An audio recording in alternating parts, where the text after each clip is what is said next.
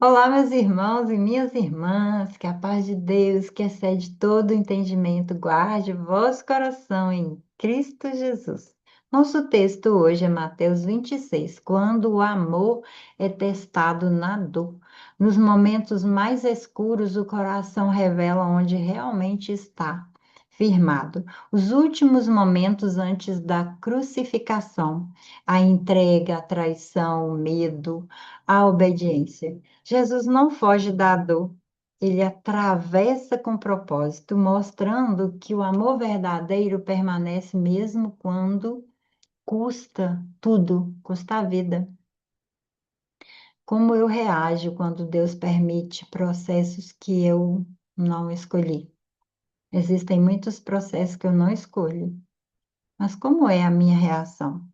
Vamos ao texto? É um texto longo. Espero que você esteja comigo em todos os versículos. E é um momento muito reflexivo esse texto. Mateus, capítulo 26. Vamos lá. Quando Jesus acabou de dizer essas coisas, Jesus disse aos seus discípulos: Como vocês sabem, estamos a 2 dias da Páscoa e o Filho do Homem será entregue para ser crucificado. Naquela ocasião, os chefes dos sacerdotes e os líderes religiosos do povo se reuniram no palácio do sumo sacerdote, cujo nome era Caifás. E juntos planejaram prender Jesus à traição e a matá-lo, mas diziam: não durante a festa, porque não para que não haja tumulto entre o povo. Estando Jesus em Betânia, na casa de Simão, o leproso, aproximou-se dele uma mulher com um frasco de alabastro contendo um perfume muito caro. Ela o derramou sobre a cabeça de Jesus quando ele se encontrava reclinado à mesa. Os discípulos, ao verem isto, ficaram indignados e perguntaram: por que esse desperdício?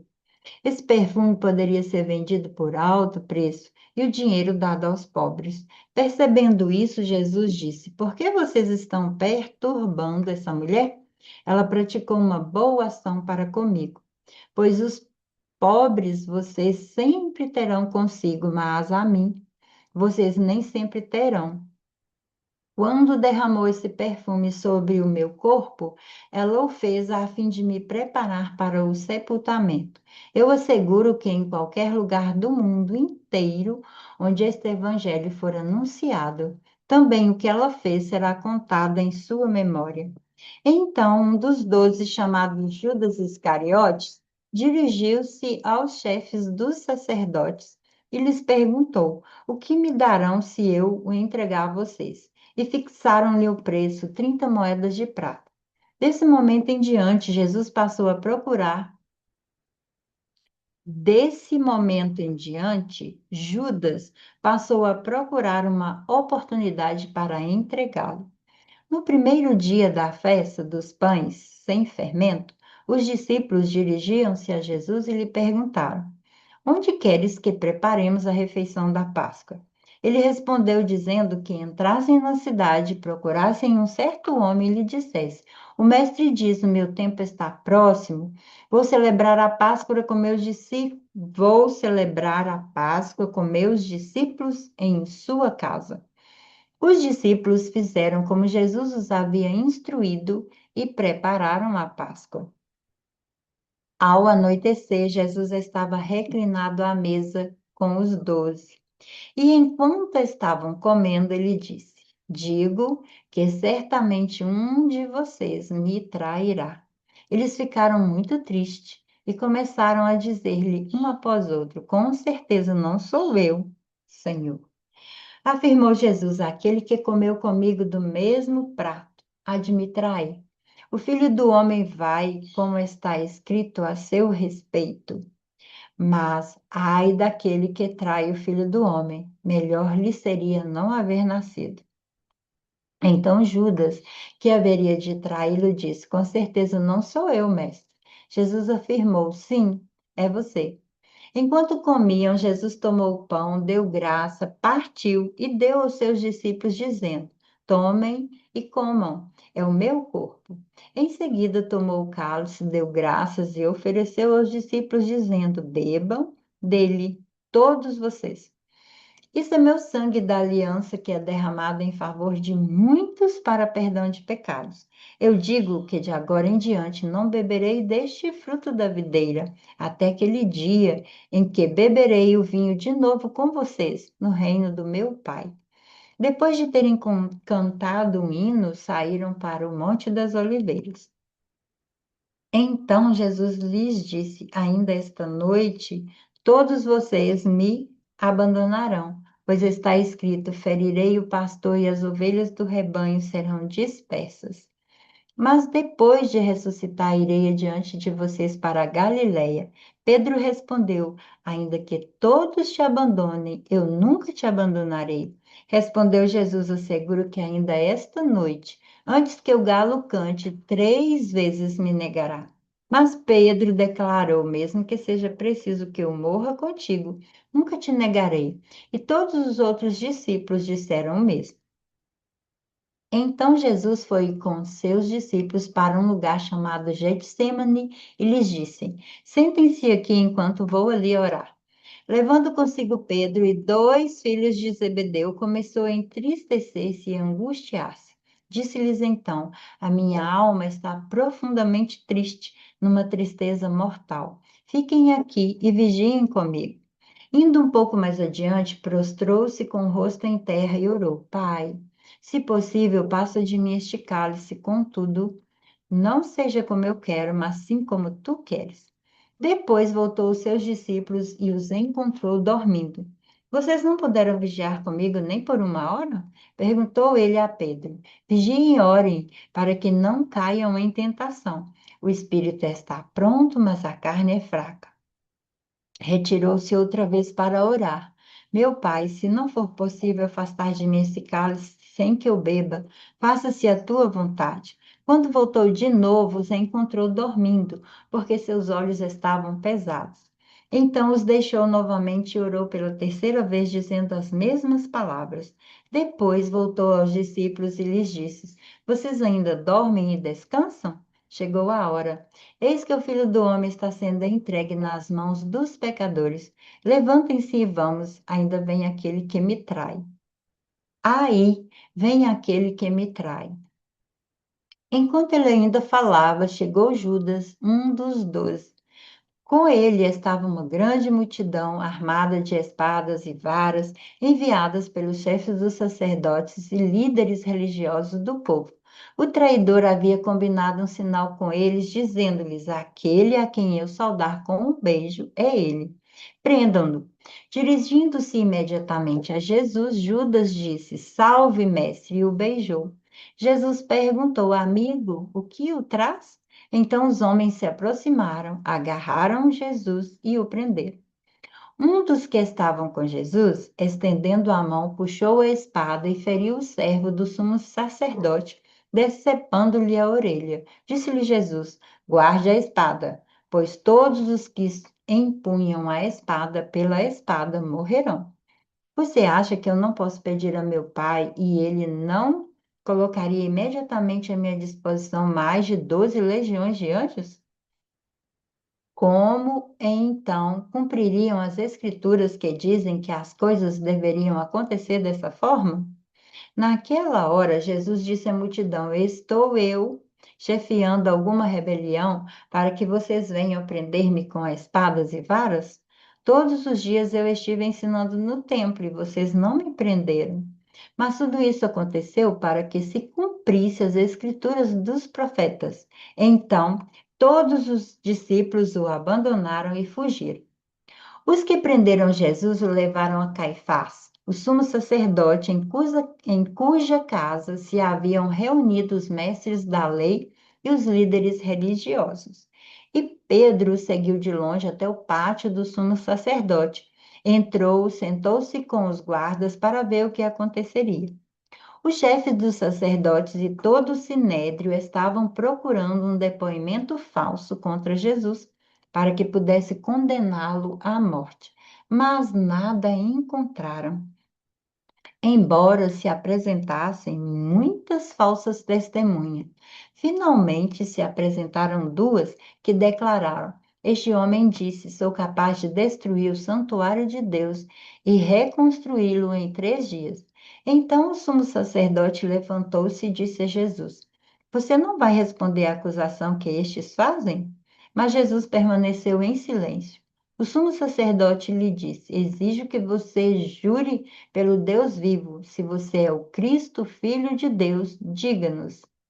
Tu mesmo disseste, respondeu Jesus. Mas eu digo a todos vós: chegará o dia em que vereis o Filho do Homem assentado à direita do Poderoso e vindo sobre as nuvens do céu. Foi quando o sumo sacerdote rasgou as próprias vestes e disse: Blasfemou. Por que precisamos de mais testemunhas? Vocês acabaram de ouvir a blasfêmia. O que acham? É réu de morte, responderam eles. Então, alguns lhe cuspiram no rosto e lhe deram murros. Outros lhe davam tapas e diziam: Profetize-nos, Cristo. Quem foi que bateu em você? Pedro estava sentado no pátio e uma criada aproximou-se dele e disse: Você também estava com Jesus, o Galileu. Mas ele o negou diante de todos, dizendo: Não sei do que você está falando. Depois saiu em direção à porta, onde outra criada ouviu e disse aos que estavam ali: Este homem estava com Jesus, o Nazareno. E ele, jurando, negou outra vez: Não conheço esse homem. Pouco tempo depois, os que estavam por ali chegaram a Pedro e disseram: Certamente você é um deles, o seu modo de falar o denuncia. Aí ele começou a lançar maldição e a jurar: Não conheço esse homem. Imediatamente um galo cantou. Então Pedro se lembrou da palavra que Jesus tinha dito: Antes que o galo cante, você me negará 3 vezes. E saindo dali, chorou amargamente. E aqui terminamos esse capítulo, esse lugar de entendermos algumas coisas, né? Primeiro, nós temos a unção, né? A unção em Betânia, um amor que entende esse tempo. Jesus fala disso, que ela unge os pés dele porque ela está preparando ele para esse lugar. É um amor sensível, um amor que discerne o mover de Deus. Quem se permite sentir esse amor com profundidade, experiencia também esse lugar. Depois vem a parte da traição de Judas. São escolhas, escolhas vazias. E nós sempre estamos falando de escolhas, né? Judas entrega Jesus por moedas, dinheiro. É, a proximidade com Jesus não garante a transformação. Muitas vezes, muitos andam com Jesus, mas não é transformado por ele. E aí, o que que acontece? São frustrações, são decisões que geram destruições. É necessário andar com Jesus, mas se deixar ser transformado por Ele também. Nesse texto, nós vemos também a ceia, uma aliança em meio à dor. Jesus sabia que ele iria passar tudo aquilo, toda dor. E ele institui, então, uma aliança com os discípulos. Ele transforma esse lugar de sofrimento em redenção.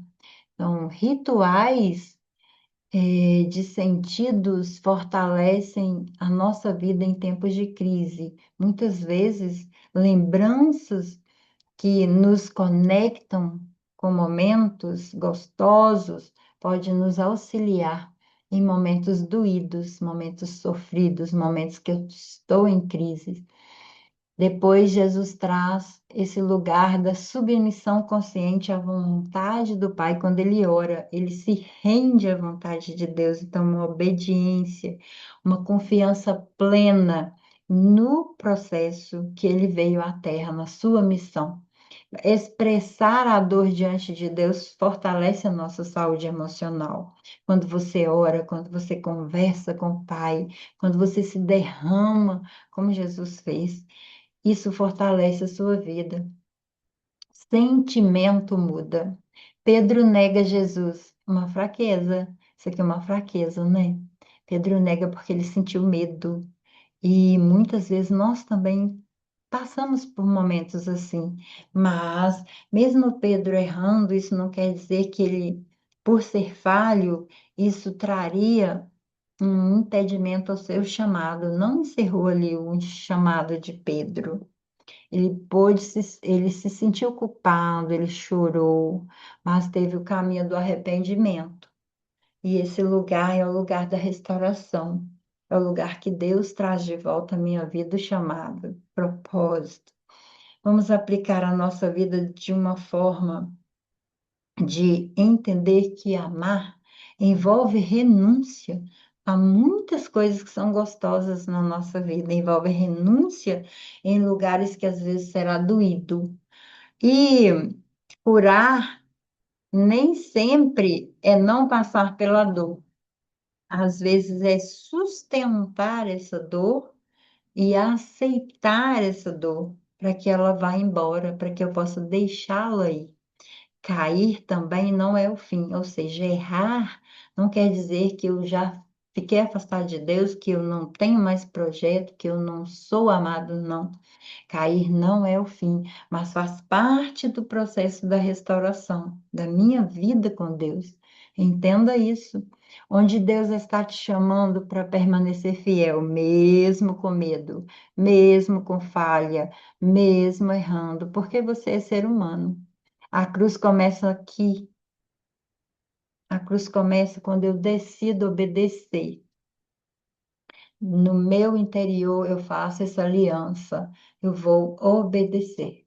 E sim, eu vou negar muitas coisas para viver o meu chamado, meu propósito, como Jesus também fez. Ele passou pela dor e viveu o chamado para nos liberar, para nos dar esse lugar também de entender o processo da cruz, o processo da obediência, o processo do chamado, o processo do crescer, amadurecer espiritualmente, emocionalmente, com tudo que Ele manda para a nossa vida. Pai, muito obrigado por mais esse momento para entendermos como a tua cruz é tão poderosa na nossa vida, que nós possamos entender que os processos que o Senhor envia é para que possamos amadurecer, é que possamos crescer, receber tudo aquilo que é o nosso chamado e o propósito que o Senhor tem em nossa vida. Que nós estejamos disponíveis à transformação, que possamos conviver contigo, mas nos deixarmos ser transformados pela tua presença, pela tua palavra, pelo teu evangelho. Estenda, Senhor, tudo isso a todas as famílias na face da terra, no nome de Jesus. Amém. Que o Senhor abençoe a sua casa, a sua vida, que você tenha, sim, o propósito de continuar presente, continuar transformando e permitindo que o Senhor transforme a sua vida. Até nosso próximo momento de leitura da palavra de Deus.